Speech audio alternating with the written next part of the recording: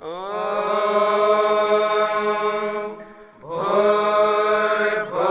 स्वः तत्सवितुर्वरेण्यं भर्गो देवस्य धीमहि धियो यो नः प्रचोदयात्।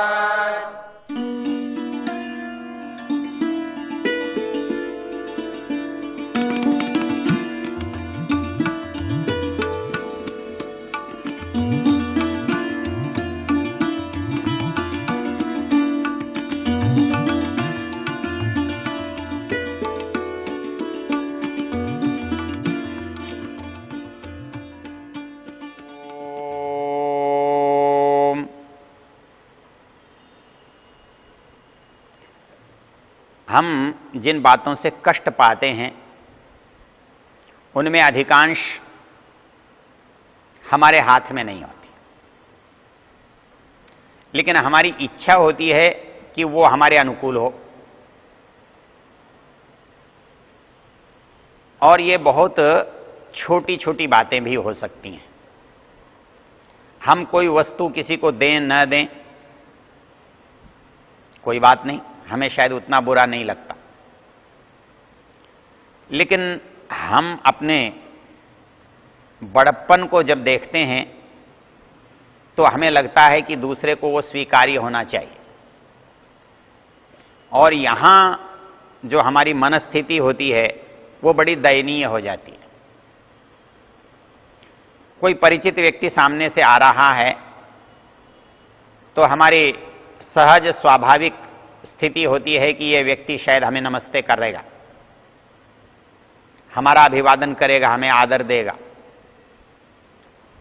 यदि वो व्यक्ति आदर न दे, नमस्ते न करे, तो हमारे उठे हाथ वैसे के वैसे रह जाते हैं। हमें बड़ा संकोच होता है, बड़ा अटपटा लगता है। हम अपेक्षा कर रहे थे कि एक व्यक्ति हमको नमस्ते करेगा और उसने हमें नमस्ते नहीं की। दूसरा, हमारे मन की एक परिस्थिति हो सकती है, वो ये हो सकती है कि बड़ा नालायक आदमी है, हमको नमस्ते नहीं कर रहा है। एक बार ईश्वरचंद्र विद्यासागर किसी व्यक्ति से बातचीत कर रहे थे।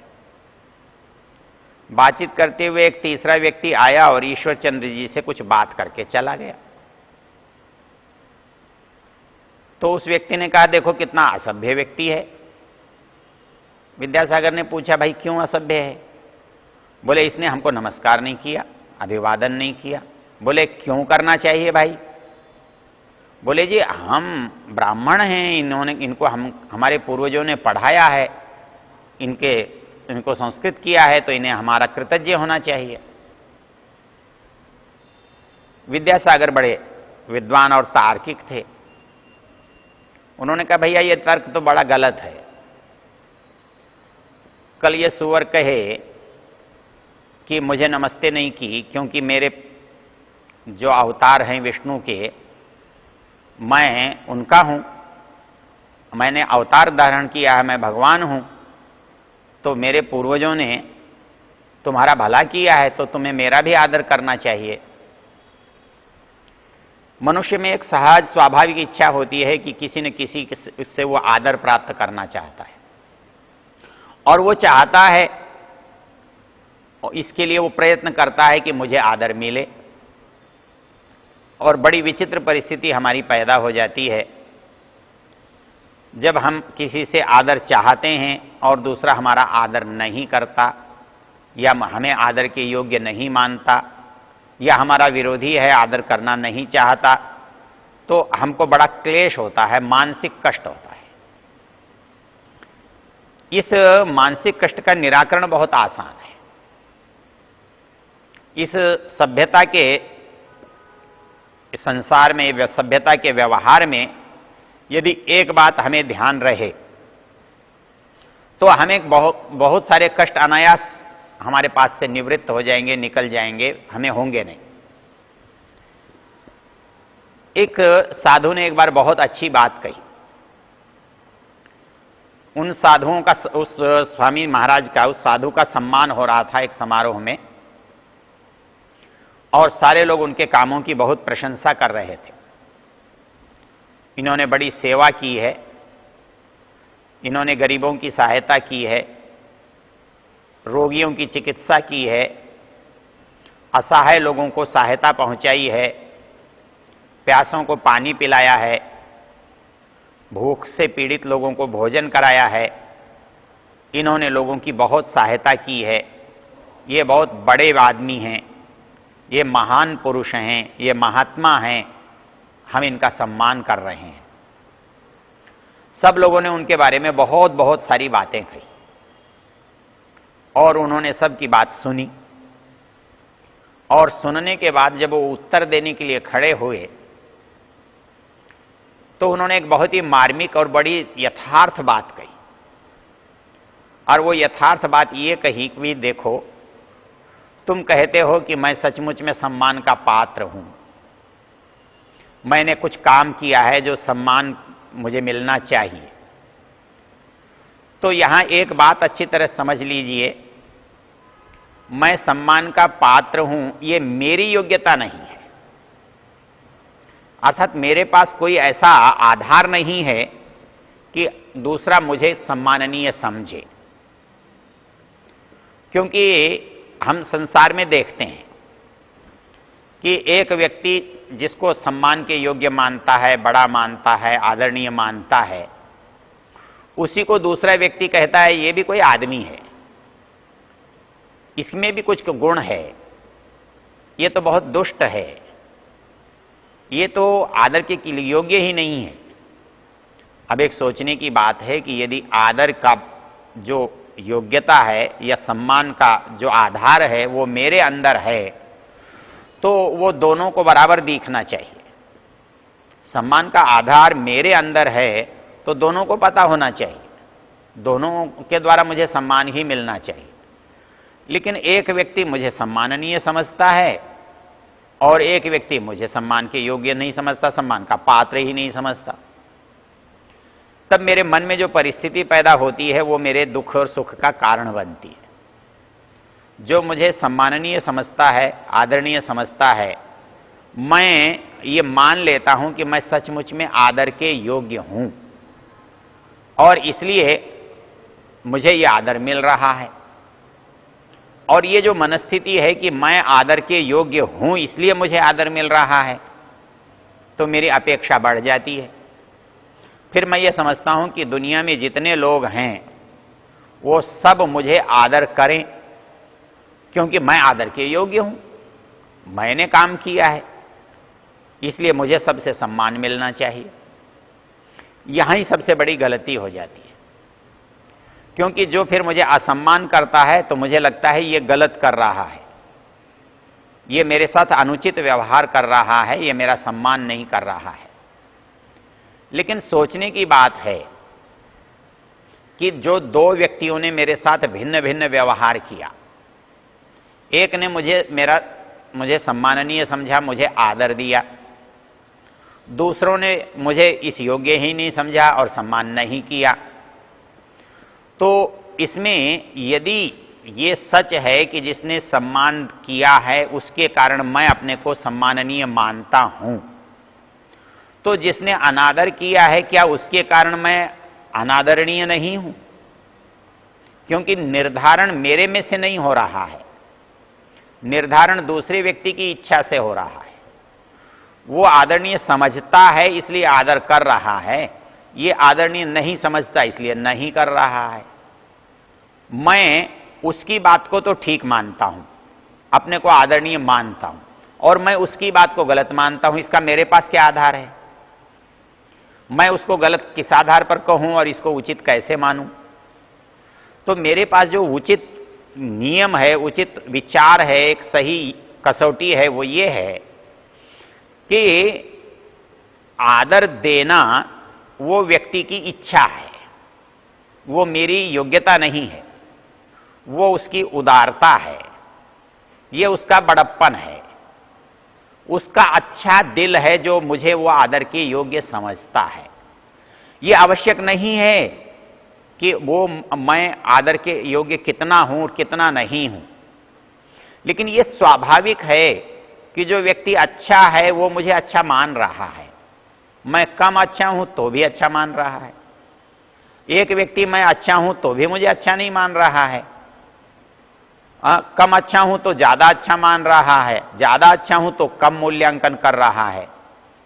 तो ये जो परिस्थिति है ये मुझ पर निर्भर नहीं करती है, ये उसकी इच्छा पर निर्भर करती है, ये उसके मानसिक धरातल पर निर्भर करती है। वो अच्छे संस्कारों का आदमी है, मुझे अच्छा मानता है, जो मुझे अच्छा नहीं मानता उसकी इच्छा है नहीं माने, तो उसकी इच्छा है, मैं दुखी क्यों हो सकता हूं।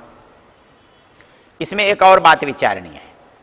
एक तो यह है कि वो बड़ा है, वो अच्छा है, वो उदार है, जो मुझे अच्छा कह रहा है। इस बात को भर्तृहरि ने बड़े सुंदर शब्दों में कहा है कि जब कोई व्यक्ति दूसरे में अच्छाई देखता है तो वास्तव में दूसरा जो अच्छा है या नहीं है वो अलग बात है, लेकिन जो अच्छाई देख रहा है उसके अच्छा होने में संदेह नहीं है। भर्तृहरि की एक छोटी सी पंक्ति है, वो कहते हैं पर गुण परमाणुन पर्वतीकृत्य नित्यम निज हृदय विकसंतः संति संतः कियंतः। इसकी जो शब्दावली है वो कितनी गूढ़ है, कितनी सूक्ष्म है, कितना मनोवैज्ञानिक इसमें संदर्भ है, वो देखने की बात है। कहते हैं जो सज्जन होते हैं ना, जो संत होते हैं, जो अच्छे होते हैं, वो दूसरों के अंदर की अच्छाई को देखते हैं और उस अच्छाई को देखते नहीं हैं। वो अच्छाई उनको बहुत बड़ी लगती है। सामान्य व्यक्ति समझता है ये भी कोई अच्छाई है क्या, ये भी कोई बड़ा काम है क्या, लेकिन उसको वो जो देख रहा है, वो जो संत है, उसको ऐसा लगता है कितना इसके अंदर सद्गुण व्याप्त है, कितना ये भला आदमी है, कितना अच्छा है, जो अपने को थोड़ा सा देने पर भी हम उसको बहुत मान रहे हैं। तो ये जो बहुत मानना है, ये कृतज्ञता जो ज्ञापित करना है, ये गुण देने वाले की अपेक्षा कृतज्ञता ज्ञापन करने वाले में विशेष महत्व रखती है। तो इसलिए भर्तृहरि महाराज कहते हैं पर गुण परमाणुन, अर्थात दूसरे के अंदर जो गुण हैं, और गुण हैं तो सही, पर कैसे हैं, परमाणु, बहुत सूक्ष्म हैं, बहुत छोटे हैं, बहुत थोड़े हैं, लेकिन जो प्रसन्न होने वाला है वो अद्भुत है। उसको कहते हैं पर्वतीकृत्य नित्यम। वो हैं तो वो परमाणु जैसे, लेकिन इसके हृदय में जो अनुभव हो रहा है वो पर्वतों जैसे विशालता को लिए हुए। तो दूसरों के परमाणु जैसे गुणों को जो अपने हृदय में पर्वताकार अनुभव करते हैं, पर्वतीकृत्य नित्यम, और ऐसा नहीं है वो किसी व्यक्ति विशेष से करते हैं या किसी अवसर विशेष पर करते हैं, ऐसा करना उनका स्वभाव है। वो हर एक के छोटे छोटे गुणों को बड़ा बड़ा करके देखते हैं, और देखते ही नहीं हैं, उससे वो प्रसन्नता का अनुभव करते हैं, उसके प्रति उनके मन में स्नेह का भाव आता है, उसको ये वो आदर की दृष्टि से देखते कहते हैं। तो ये जो गुण है, ये अच्छाई है, ये दृष्टा के मन की है। हम समझते हैं हमारी है, और जिस दिन हम अपनी समझते हैं तो हमें दूसरा नहीं करता, तब हमें दुख होता है। लेकिन यदि ये बात हमारी समझ में आ जाए कि ये दूसरे की संपत्ति है, अर्थात मैं चाहता हूं कि लोग मुझे नमस्ते करें, तो करें, ये मेरी इच्छा है, करना दूसरों का अधिकार है। प्रश्न यह है कि जिसके पास इच्छा है वो गरीब है या जो दे सकता है वो गरीब है। तो सामान्य बात हमारी समझ में आने लायक है। जो दाता है वो धनी है, जो दाता है वो अमीर है, और जो इच्छुक है, जो याचक है, जो चाहता है वो गरीब है। और हमारी स्थिति उल्टी है, हम हैं याचक, हम इच्छा करते हैं, हम गरीब हैं, हमारे पास है नहीं, और हम चाहते हैं कि लोग हमें आदर दें, लोग हमारा आदर करें, लोग हमें नमस्ते करें, लोग हमें ऊंचा आसन दें, लोग हमारी प्रशंसा करें। और यह नहीं होता तो हमें दुख होता है।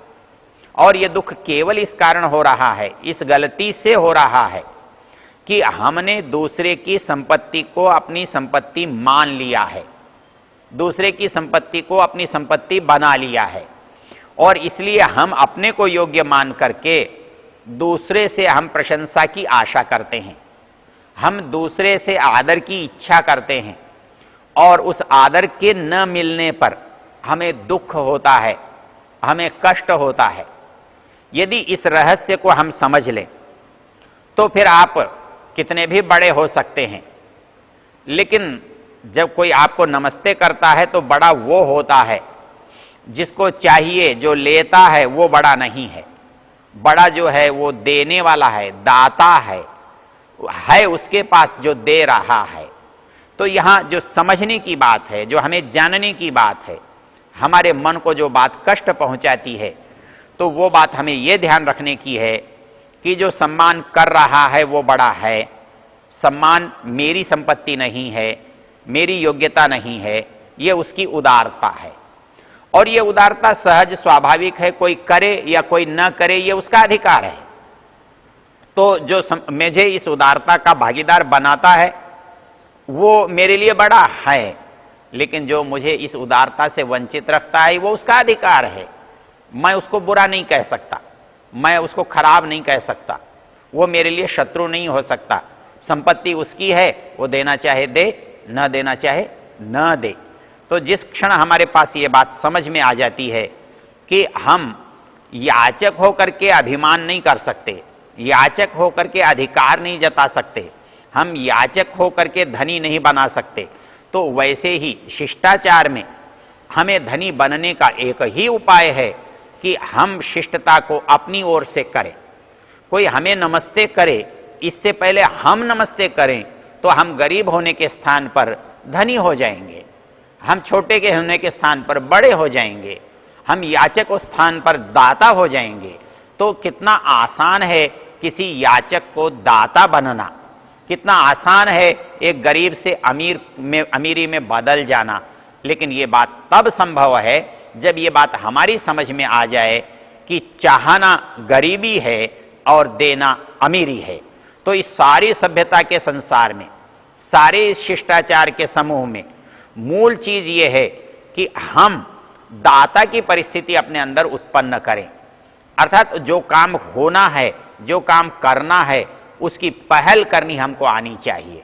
जैसा कि मैंने आपको बताया था कि जहां कभी हम किसी से मिलें, पूर्वाभिभाषी स्यात्, पहले नमस्ते करने वाला होना चाहिए, पहले कुशल क्षेम पूछने वाला होना चाहिए, पहले बातचीत करने वाला होना चाहिए।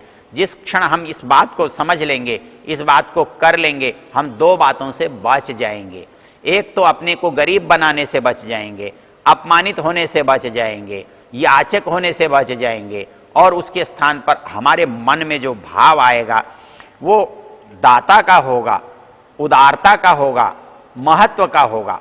तो ऐसी परिस्थिति में सारे शिष्टाचार की जो भूमिका है वो हमें एक श्रेष्ठ मानसिकता की ओर ले जाती है। जब हम पहल करते हैं नमस्ते करने की, जब हम पहल करते हैं बातचीत करने की।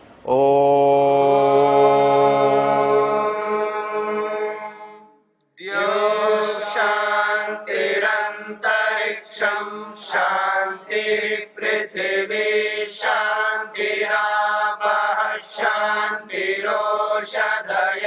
शांतिः वनस्पतयः शांतिर्विश्वे देवा शांतिर्ब्रह्म शांति सर्वं शांति शांतिरेव शांति क्षमा शांतिरेधि।